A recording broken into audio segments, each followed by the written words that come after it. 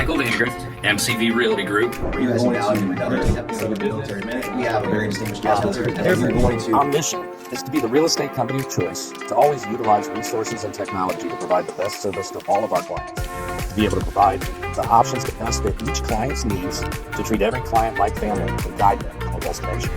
Our vision, to be your real estate agent and advisor for life, to help guide you through each chapter of your life, honestly, ethically, and when you're ready.